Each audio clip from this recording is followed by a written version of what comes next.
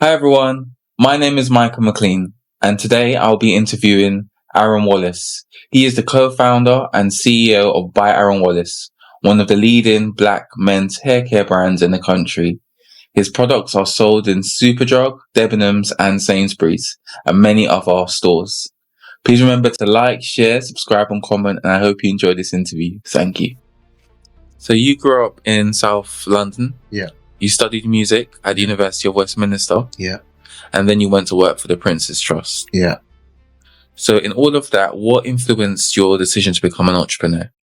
Yeah. So I've always actually been passionate about music and business. So even before opening the barbershop, if we go all the way back to like GCSEs and A levels, all of that kind of stuff, I was focused on business studies more at the time. Yeah. So then I had two passions, and I remember even speaking to my careers advisor and saying, I'm passionate about music and I'm passionate about business. Those are the two things that I'm really interested in. And I was already kind of doing my thing music wise. So I was more focused on business. And then I'm not sure where the shift kind of came, but the shift was, I felt that, I was playing piano and doing all my stuff music wise. I thought, I want to have a more solid thing to fall back on, which was the teaching. I thought I want to have something that's a bit more solid, but it's also something that I'm still very passionate about. So at the time, the trajectory was, to get my music degree and become a teacher. And then after finishing my degree, before doing the PGCE, I thought, let me take some time out. And that was when I started working at the Prince's Trust. And then I was working with their enterprise team and helping other young people to kind of get their businesses going. And that kind of just reignited the business side up. When you're a lot younger, you're a lot more like, I want to do everything at the same time. I want to juggle everything. So I was like, I really want to get more into the business side of things. And it was back then that I met Lena, my co-founder as well. And she was actually running her own company, which was also helping young people to get their businesses up and running and business plans and funding and whatnot. And I came on board helping her with that company. And I think that's what really just reignited the passion that I had for business. And I've still got a passion for music. I've just always been a bit of a music connoisseur. But yeah, that from helping other people to get their businesses up and running, jumping on board with Lena and on the Start Young Global was the name of the company. And we held events at like the Houses of Parliament and stuff. And we've done a lot of things with that. And from there was kind of just put me back in that business space. Thank you. And one of your first entrepreneurial ventures was Shear and Shine. Yeah. A barbershop. Yeah. So firstly, please tell us a bit about Shear and Shine. Ultimately, what did it teach you about making niche products and services, particularly for the Black community? Yeah. So with Shear and Shine, it kind of grew from the work that I was doing with Lena and Start Young, which was helping the young people with their businesses. Because I started to look around at my own surroundings and think, what? You start to look at just businesses with a different eye, and you think, okay, there's so many. Like, what skills do I already have that I can apply? What are the gaps? What areas can I apply the skills that I already had? I already knew kind of a little bit about cutting hair, barbering and stuff. And then at the time, and I always say at the time, because things have improved a lot now, but at the time, going to the barbershop was just an ordeal. Like, it was like you don't know when you're going to get seen. You don't know if your barber's going to walk out mid cut and you don't know where he's gone. Like there was no booking systems. Like it was, I don't have a barbershop anymore, but back then before I started, there was a lot going on. So yeah, so I felt, there's a gap here for, a barbershop that is run a little bit more like a salon, so to speak. So I looked at, say, Tony and Guy, for example, and I said, okay, I want to have an Afro barbershop, but I want to have Tony and Guy as my benchmark and bring the services up to that level. So we had like a booking system. We had, we done hot towel shaves. We had like massage therapists that worked upstairs that you could get aftercare treatments and stuff. And the gap that I saw was that there was no kind of like premium men's service. That was especially for black men as well. And yeah, that was kind of the origin of the barbershop. And how did Share and Shine serve as the inspiration for By Aaron Wallace, your brand now? Yeah, so it's kind of just been like one thing just evolved into the next. So from having the barbershop and having a focus on, okay, we want to provide premium service for black men.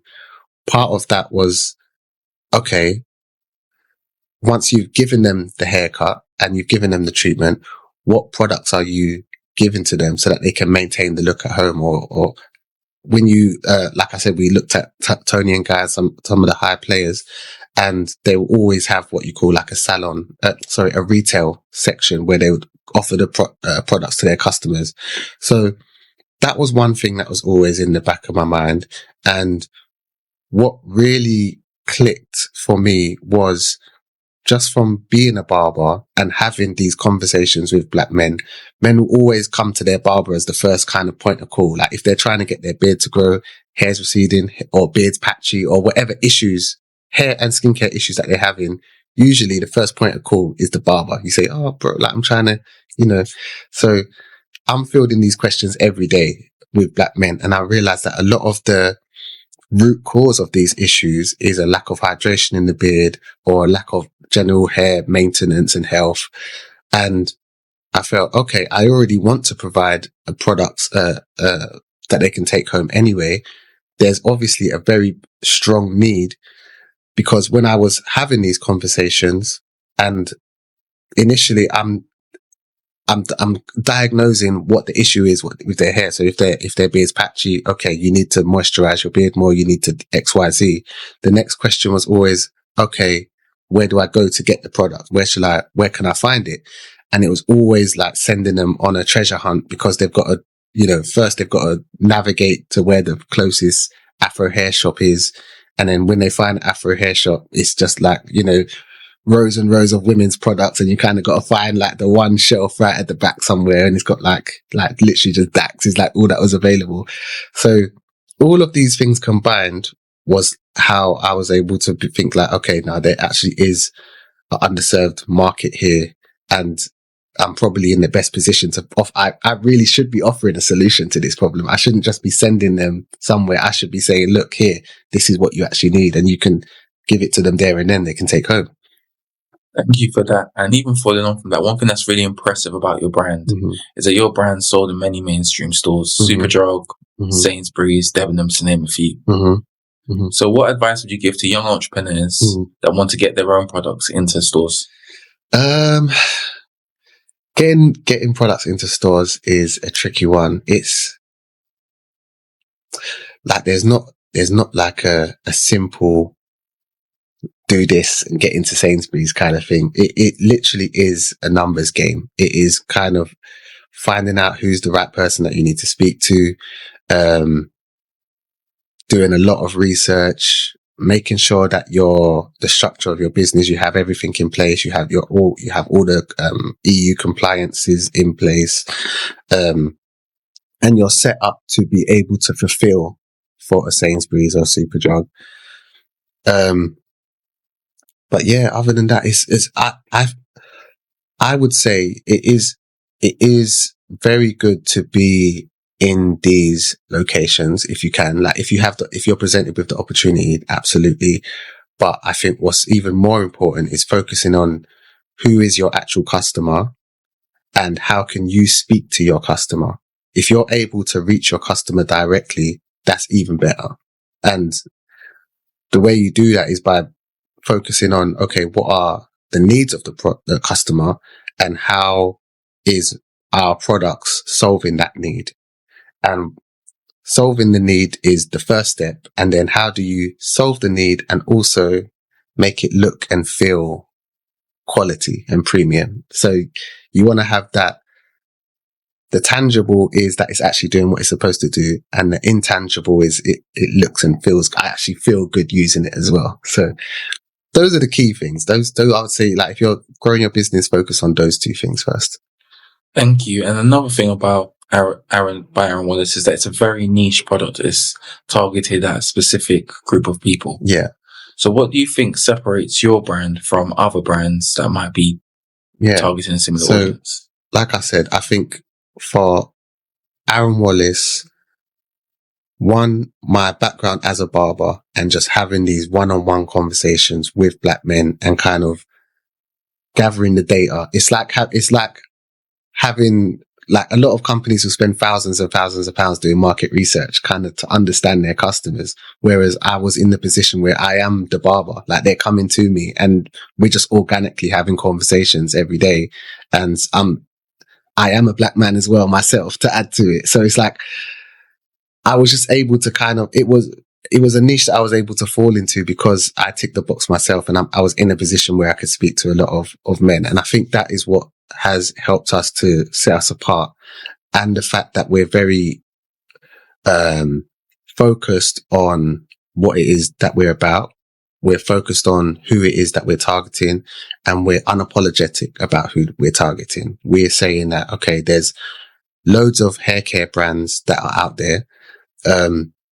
There was very few men's brands. There are a few more men's brands that are popping up now, a lot more, which is a good thing. But there was literally, we were the first, UK black owned company made for black men. So I felt that was the gap that we was filling, that we were serving an underserved market, and I am the customer. I know the customer. We should be able to fulfill it. And yeah, I think, essentially that's our niche. And I think we're unapologetic. We're just saying, look, we understand that all different hair types have different needs, have different requirements. Afro hair is very, very coarse, very curly, highly prone to breakage, especially when you're combing, which causes other issues. We understand these issues. We've created a problem to solve these issues. If you're not a black person and you happen to have very curly, coarse hair, then our products will probably work for you as well.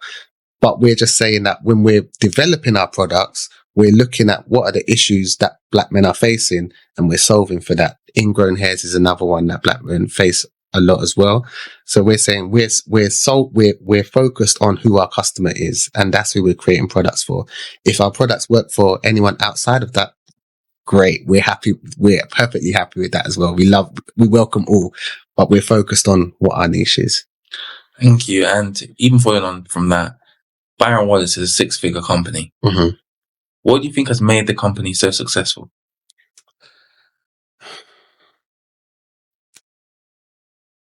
I think, like I said, it's just been focusing on our niche, focusing on our customer, understanding our customer, being able to reach our customer, focusing on the tangible and the intangible, making sure that it's a product that works and also feels luxurious and smells great. We spent a lot of time developing the branding, developing the fragrance, developing all of the different metrics that kind of that make it feel good when you're using it as well.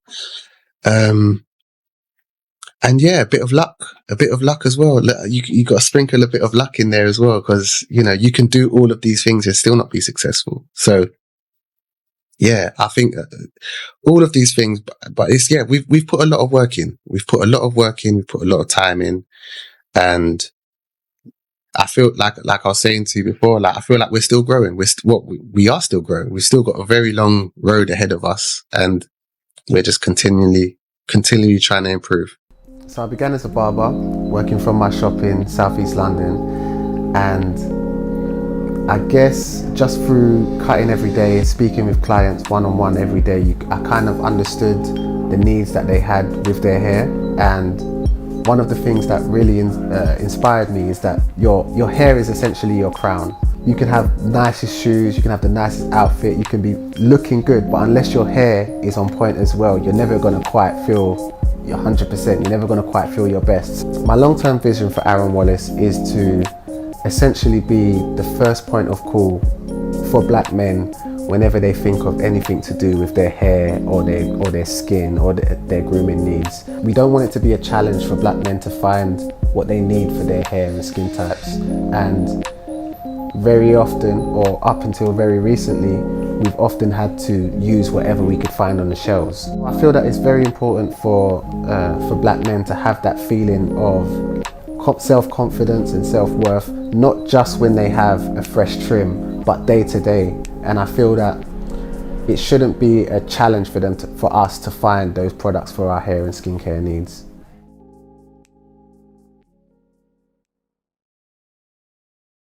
Thank you for that. And in the early stages of By Aaron Wallace, you approached a blog that made your product go viral. Yeah. For all of the members of my audience that might not know about it, please tell us a bit about the story. Okay, so when we first launched, I don't know if I've told this story before actually, but I remember at the time I saw a guy going viral in the US, and he was a black guy who had launched like his own pair of trainers or something like that. And he had a picture of himself and he was just holding the trainers like that. And I said, you know what, I want to do something similar because we're also the first. We're the first in the UK to do what we're doing. And so literally I was at my barber station and I just had the products like that and just took a picture like that. And we wrote the press release and we sent it to blogs called Mad News. And Mad News was the first to publish us. And literally, we couldn't have expected the response that we was going to get. Like, we had hoped, obviously you hope that it's going to do well, you know, you hope you get a couple hundred likes, and then our phones just started just going just insane, like absolutely insane. We was like, okay, like what, what the hell?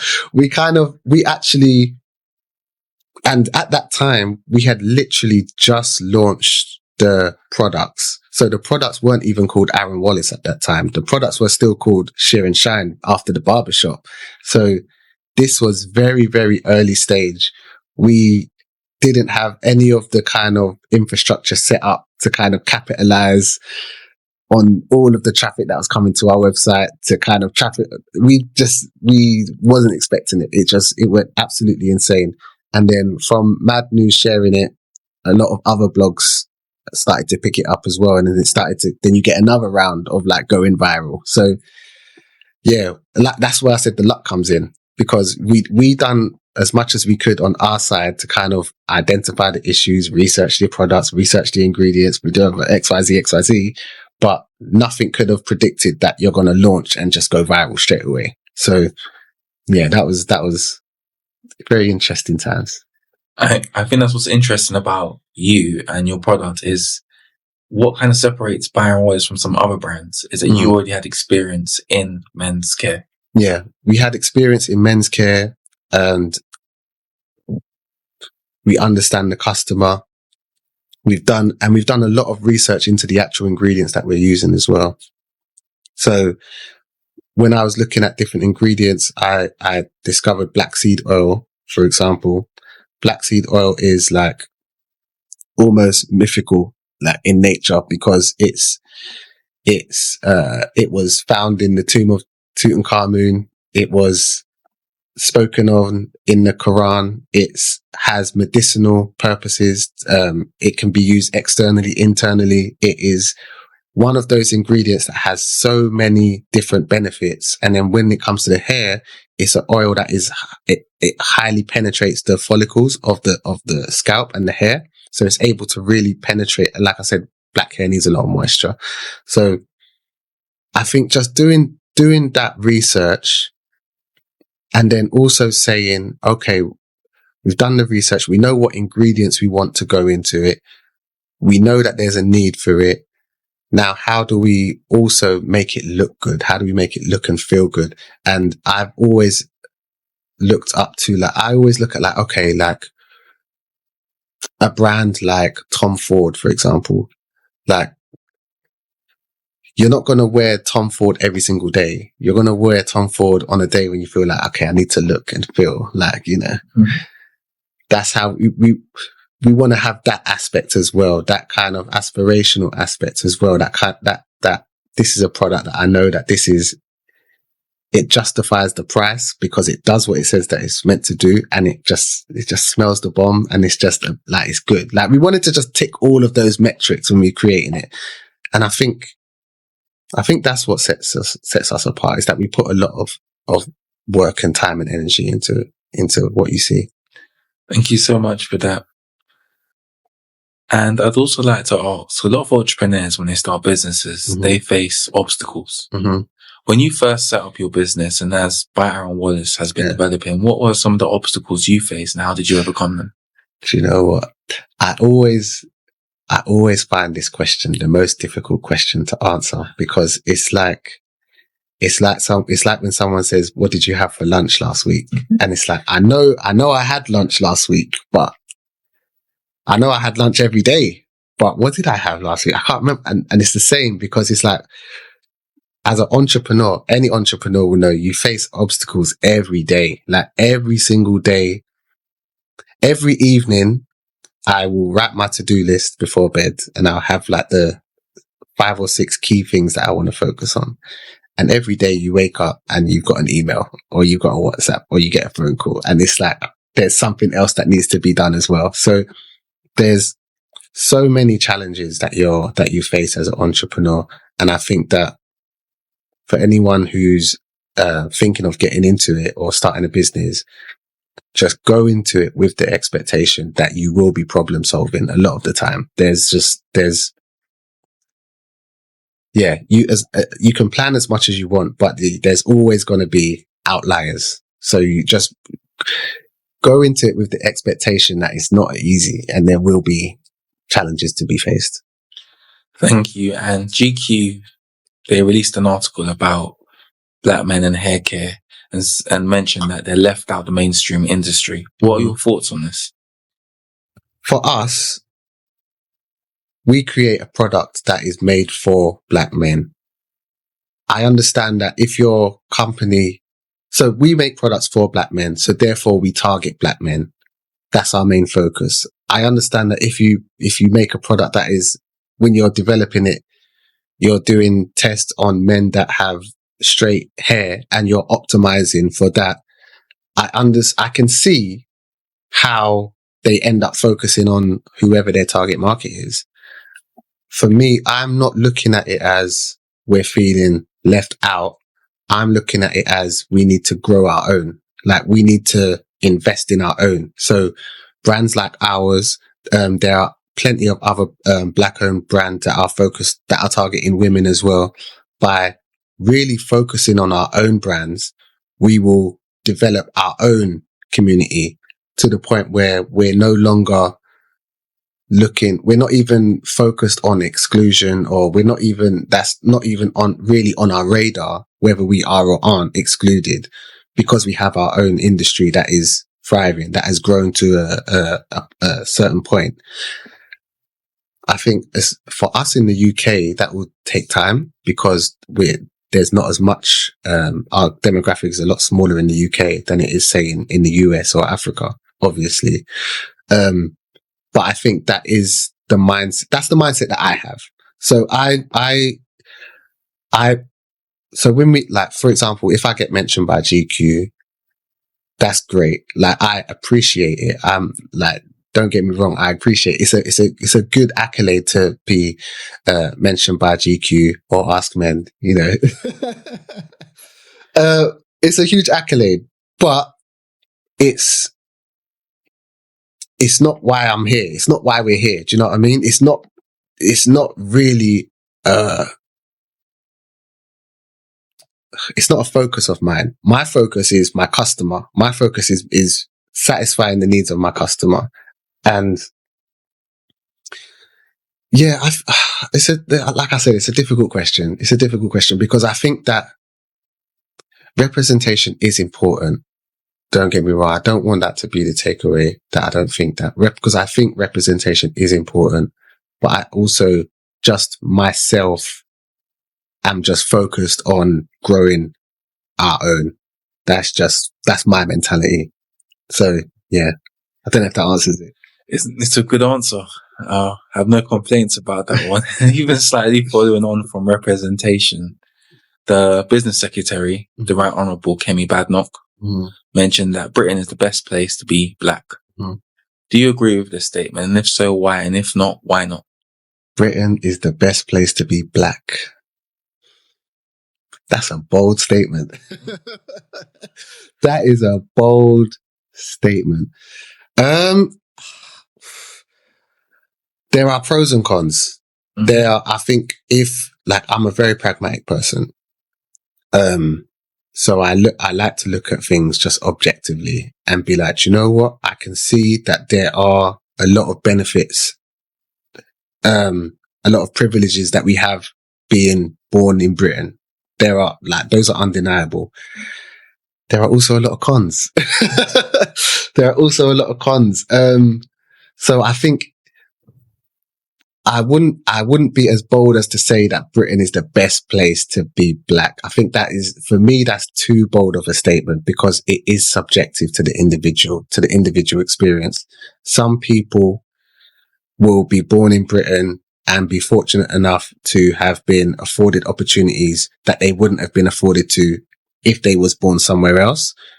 Other people would be born in Britain and black people could be born in Britain and have a completely different experience, have an experience of just being judged and mistreated and just gone through all sorts. So for me to say it's the best place to be black, I'm kind of discounting the experiences of all those people and only looking at the people who've been able to benefit from it. So I think that I understand the sentiment and it does apply to some people in certain circumstances, but it's too bold of a statement for me to say, yes, I agree with it wholeheartedly. Thank you. And even following on from that, what do you think the government can do to create opportunities for black entrepreneurs to have the same opportunities as their white counterparts? I think that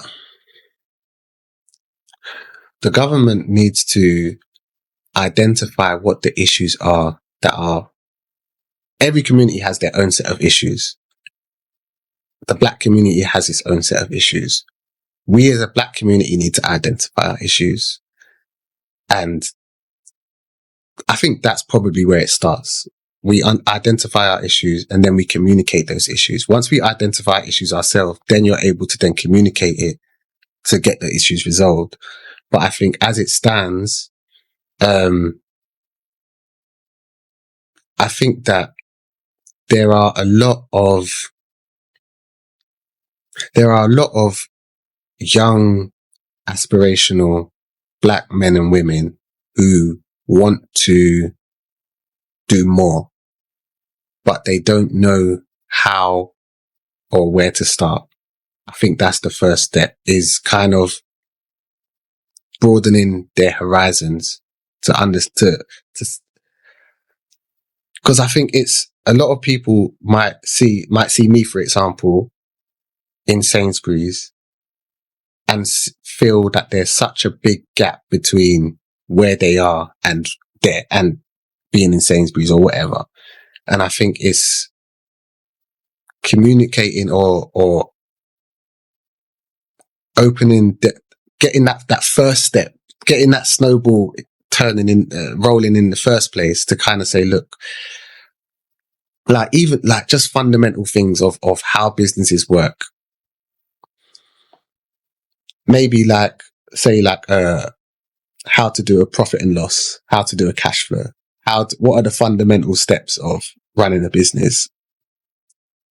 For someone who's at that very, very early stage, these things, I don't think sometimes we don't appreciate that these things are not common knowledge. These are not things that we're learning in school. In school, we learn so much, but there's so much in school that we're not learning.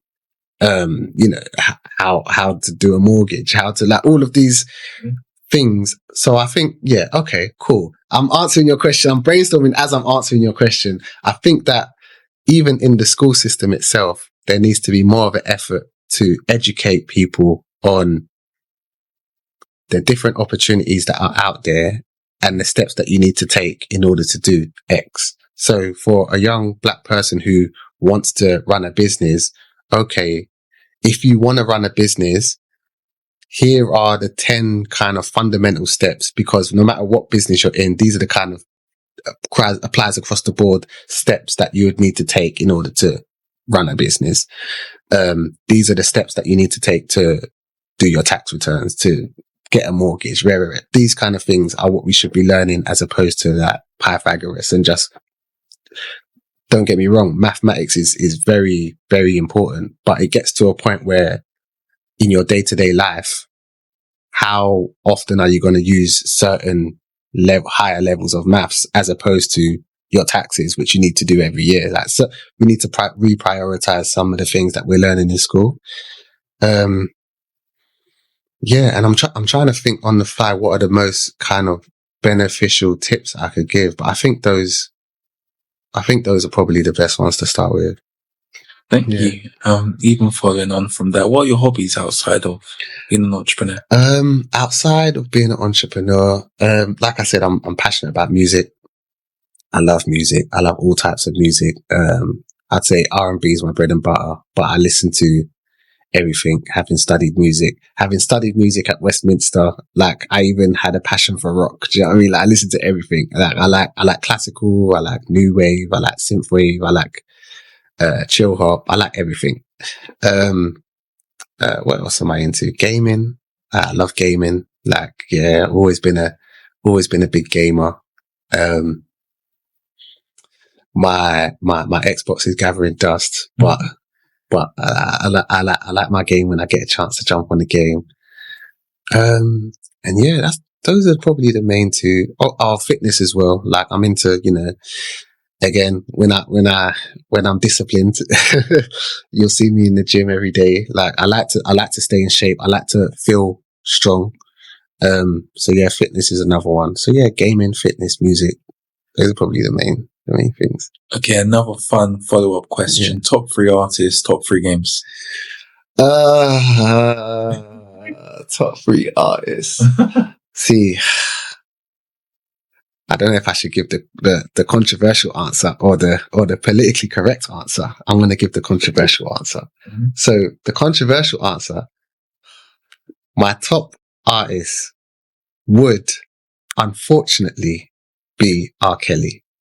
And I think anyone that loves R&B will say, yeah, R. Kelly is like, because if you look at it, just pure music, take his antics out of it, just on a music basis, yeah, okay, cool. And for me personally, as someone who has a lot of, like, I had my first kiss to R. Kelly. I remember my first girlfriend, we used to listen to this R. Kelly. So, you have these memories that you tie to certain songs. So yeah, unfortunately, sorry. Yeah. And then, who else? Joe. Okay. Joe's a fantastic artist. And then, who would be number 3? Probably Music Soul Child. Music Soul Child is one of my favorite artists for a long time. Music Soul Child. And then top 3 games.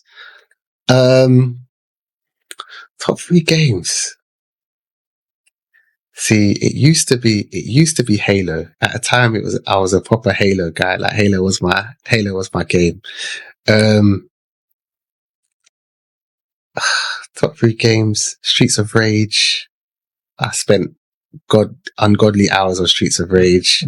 For Honor, there's a game called For Honor. That's my game at the minute. Like, when you just want to just detox and just be a Spartan soldier and just beat people up, like. But yeah, those are probably my top 3 games. Thank you. Oh, Marvel vs. Capcom. That's up there as well. Yeah, Marvel vs. Capcom. That's one of my favorite games. Fair enough. Had to throw that out there. Fair enough. Well, thank you for sharing that. Yeah. And another question will be, is that The Guardian reported that Black men are facing a silent mental health crisis. Mm-hmm. During your years of being an entrepreneur, have you ever suffered with mental health? And if so, what support networks, resources you draw upon? Mm-hmm. So yeah, I definitely agree that mental health is a silent crisis for men. I think that, right now, I think we're going through a big shift in society. I think in in 100 years, 200 years, we'll look back at this period of time and it will be called the Great Shift or something like to that effect, because we're going through a time where historically the roles of men and women have been completely different to the roles now. So the roles, the attitudes, the functions that men and women have today is completely different. We've got some people that have modern mindsets. We've got some people that have traditional mindsets, and we're just, everything is kind of settling into the new normal, the new reality. So we're going through this shift, and I think that a lot of men are finding it difficult to find their place, to find their role, to find their value in reality, in society. Like I said, working as a barber, I had one-on-one conversations with men all the time. So they would kind of, your barber is just someone that you confide in, because they're someone that you can talk to that are outside of your inner circle, but still in your peripheral circle kind of thing. So yeah, I've spoken to a lot of men about some the issues that they're facing. Myself, I find that whenever I get overwhelmed or stressed, or I'm going through any kind of mental health issues, which I think everyone has life is a roller coaster. Life is full of ups and downs. Ups and downs is what makes life life. Without those, then, are you even living? So, but for me, what has really helped me and what I have found that helps men is having a plan. So for me, whenever I'm going through a situation where I'm overwhelmed or I'm stressed or I have uncertainty on what's going on, I sit down and I understand, okay, I need to have a plan. I need to have a plan of how I'm going to get from point A to point B. Once I have a plan, I'm able to shut everything out. I'm able to shut everything out and focus on and have tunnel vision on what is my plan. I'm like, okay, I've sat down, I've thought about it. I've come to the conclusion that this is what I need to do. These are the steps I need to take. Now I just need to execute. Now I just need to do it. And I just need to shut everything else. If I don't have a plan, that is when I start to feel lost, because that's when you become a bag in the wind and you're not sure what to do, how to do it. So I always suggest to guys, literally, like, you just literally get a pen and paper and sit down in silence and outline what are the issues that you're facing and devise a plan on what are the issues that you're facing, where do you want to be, what are the steps that you need to take to get from where you are to where you want to be, and literally write it down take time and do that. Another thing that really helps me is meditation. I find meditation is people don't actually realize the benefits of meditation as like, it's so transformative. It really, really helps. It is like, for your mental health, you need to take care of your physical, which is going to the gym and exercise. Exercise releases endorphins and oxytocin. And you need to take care of your mental and your spiritual, which is reading and meditation. So by reading and by meditating, you're just allowing your mind to calm down, to stop. Your mind is doing this. Your mind is, when you're overstressed, overworked, or whatever that causes, your mind is doing this. Meditation helps your mind to calm down and do this. Mm-hmm. And then when your mind is doing this, the thoughts that are in the back swirling around, all the best, are able to come into fruition. They're able to come to the forefront.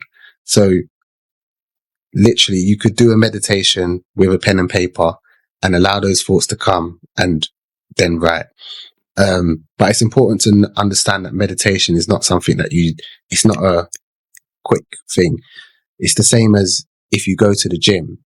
You don't go to the gym and then get home and check and you've got a 6-pack. You have to go gym consistently and you develop it. So, because I've had conversations where someone will say, but I can't meditate because I can't stay focused. And I'm like, you're not meant to. You've never meditated before. You're not going to just be able to do like an hour focused. You have to start with 5 minutes. You have to just really, you're actually training your mind to work differently, to operate differently. So meditation, like I can't speak highly of it enough, meditation. And then the third thing would be stoicism. And I've been a proponent of stoicism for many years now. Stoicism is basically putting things into perspective and understanding that there are certain things that are within your control and there are certain things that are simply outside of your control. The things that are simply outside of your control, you don't want to give too much of your energy to worrying about or stressing about things that are simply outside of your control because they're outside of your control.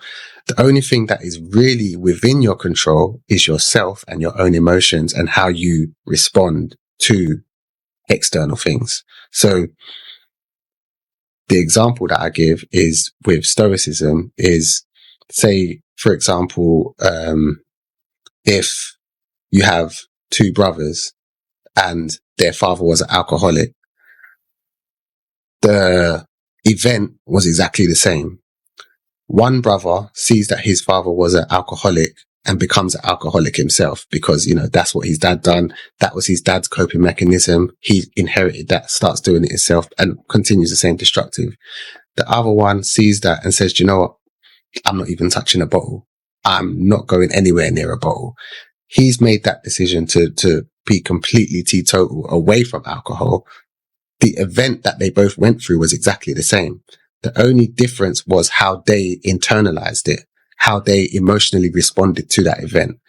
And stoicism is basically saying that we can, over time, learn to develop the skill where we control how we respond to those events. So when you're in your car and someone cuts you up and whatever, we can decide whether we want to get angry and honk back or whether we want to say, he's probably in a rush trying to get his wife to the hospital. Who knows, but we have the control deep down to do that. So, sorry, there's a long answer, but what I'm saying, so essentially stoicism, meditation, and what was the first one?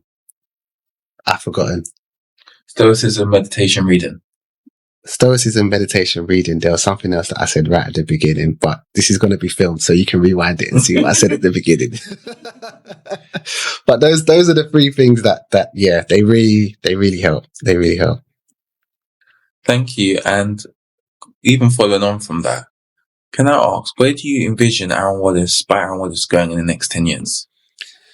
In the next 10 years, I want to continue to grow Aaron Wallace. I think that we've done a really good job at growing our brand in the UK and kind of establishing our name and building our reputation in the UK. And I think that one thing that I learned was the same issues that men in the UK were facing with finding products for men, the same issue that men in Germany, men in France, men in the other parts of the EU, men in Africa, men in the US are also facing. So in the US, we have a few more it's a bit more competitive out there. However, still with our niche market is still underserved. Even at this point in time, there's still only, if we compare the amount of brands that are catering to black men to the amount of brands that are catering to black women to the amount of brands that are catering to everyone as a whole, there's still a huge niche there. So I think we'd like to expand, continue to grow the company, start to think about how do we grow internationally, and also think what are the other issues that men are facing with their hair and their skincare. So we started off with hair care because I'm a barber, that's my background, that's my expertise. But we also used to do like I said, hot towel shaves and skincare treatments and stuff. So that's why we recently launched a skincare range. But again, I'll tell you a quick story. I don't know if I should tell you this story. I'll tell you this story. Yeah. But I remember in the research and development stage, when we were speaking with one of our investors, and I was saying that, like, I think that, down the line, we need to definitely have something like a body moisturizer, because black skin needs a lot of moisture. Without moisture, it gets ashy. It can go grey, like it's not cute for anyone. Yeah. And I remember, one of the, people one of the investors was like, I had no idea that black people had to moisturize so frequently. Cause I said that, anytime you step out, anytime water touches your skin, really, you should rehydrate. So anytime you shower, you need to moisturize again. Could be 2-3 times a day. And they was really shocked to discover this. So I think that there's so many other grooming issues that we have being unique to black skin and black grooming, that I feel that I'm in a position, because I understand them and I have them myself. We're in a position to fulfill all of these things. So I think eventually what we want to do is be the first thought for black men when it comes to anything to do with hair, skin, grooming. If you're having any issues and you're a black man, the first thought should be, I wonder if Aaron Wallace has a product for this. That's kind of the end goal for us. That's really interesting you said that, because when I think about successful companies, even like Superdry, they focus on a particular type of design, particular type of market, and the growth of by Aaron Wallace has happened so quickly. You've been in countless newspapers, countless articles. So even following on from that, what do you hope that you'll achieve in 2024 to 2025? Yeah, so like in the near term, I think the focus right now is what's the next product that we're gonna introduce. So right now I'm doing a lot of research on further ingredients, formulations. I've got some really, really good ideas that I can't say all of them, but I think that that's the main thing is okay, what is the issues that black men are facing? How can I formulate something for that? How can we solve these issues?